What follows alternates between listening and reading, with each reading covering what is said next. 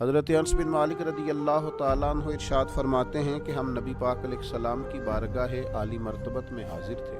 اچانک نبی پاک علیہ السلام نے مسکرانا شروع کیا، یہاں تک کہ میرے پیارے محبوب صلی اللہ تعالیٰ علیہ وسلم کے مقدس دانت مبارک ظاہر ہو گئے۔ اور صحابہ فرماتے ہیں جب حضور مسکراتے تو دانتوں سے ایسا نور نکلتا تھا کہ مسجد نبوی شریف کی دیواریں بھی روشن ہو جاتی تھی۔ حضور مسکرائے تو سیدنا عمر رضی اللہ تعالیٰ عنہ نے عرض کیا کہ یا رسول اللہ صلی اللہ تعالیٰ علیہ وسلم، میرے ماں باپ آپ پر قربان ہو، کس بات پر آپ ہنسے؟ تو نبی پاک صلی اللہ تعالیٰ علیہ وسلم نے فرمایا، میرے دو امتی قیامت کے دن اللہ کی بارگاہ میں کھڑے ہوں گے اور ان میں سے ایک عرض کرے گا، یا اللہ، اس میرے بھائی نے مجھ پر ظلم کیا تھا، میرے اوپر اس نے جبر کیا تھا، تو مجھے اپنا حق اس سے لے کر دیا جائے۔ تو حضور علیہ السلام فرماتے ہیں اللہ تعالیٰ اس شخص سے فرمائے گا کہ اپنے بھائی کو اس کا حق دو۔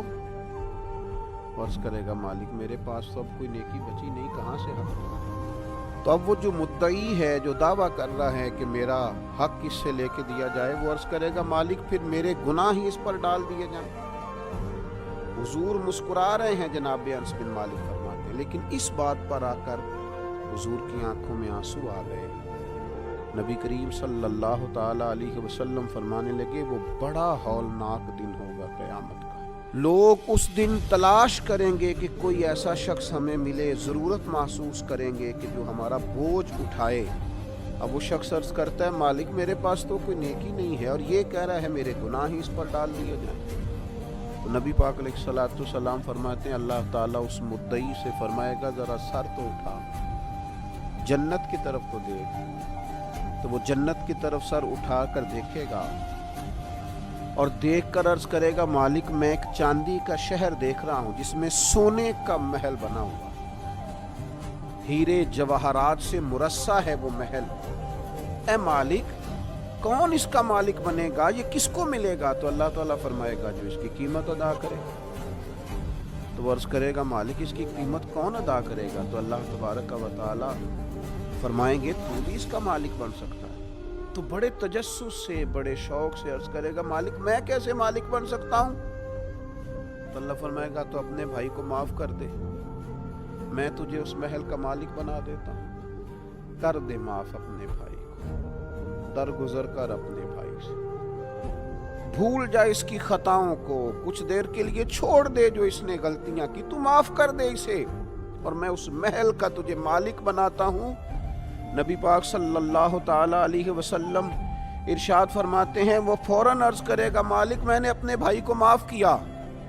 تو اللہ تبارک و تعالیٰ ارشاد فرمائے گا، اس کا ہاتھ پکڑ اور پھر اسے جنت میں ساتھ لے جا، گویا میں نے اسے بھی جنت دی۔ یہاں شارحین حدیث نے لکھا ہے کہ یہ جس کو کہا جا رہا ہے کہ اس کو پکڑ کے جنت میں لے جا، اگرچہ اس سے غلطیاں ہوئی لیکن بعد میں اس نے توبہ سچی کی، اس نے اللہ کی بارگاہ میں گڑ گڑا کے معافیاں مانگی، اس نے کوشش کی حق ادا کرنے کی، لیکن اگر کچھ کمیاں رہ گئیں تو چونکہ سچا تھا، ادا کرنا چاہ رہا تھا، کچھ باتوں پہ پہنچ نہ سکا، تو آج اللہ تبارک و تعالی اس کی طرف سے لوگوں کو صلہ عطا کر رہا ہے۔ اللہ فرماتے اس کا ہاتھ پکڑ اور جنت میں لے جا۔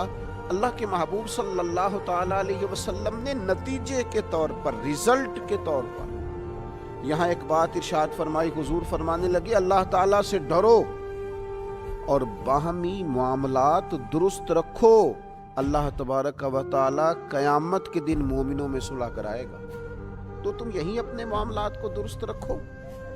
اب مجھے بتائیے، ایک تو یہ نتیجہ نکلا کہ مالک کریم کتنا ہے، مہربان کتنا ہے، توبہ کرنے والے پر عطا کتنی۔ دوسرا، حضور کی علم و حکمت کی اس گفتگو سے سمجھیے کہ اللہ درگزر کرنے والے کو عطا کتنا کرتا ہے، اور پھر یہ بھی دیکھیے کہ صلح کرانا کتنا مقدس کام ہے۔ دو بھائیوں کو ملا دینا، قریب کر دینا، روٹھے ہوں کو ایک دوسرے کے قریب کرنا کتنا عظیم کام۔ تو نبی پاک علیہ السلام کی اس خوبصورت بات سے، اس انتہائی معنی خیز حدیث سے اپنے لیے موتی حاصل کریں، دل کو بڑا کریں، سینے میں گنجائش پیدا کریں، اور اپنوں کے لیے درگزر کا دروازہ کھولیں۔ اللہ تعالیٰ سمجھنے کی توفیق عطا فرمائے۔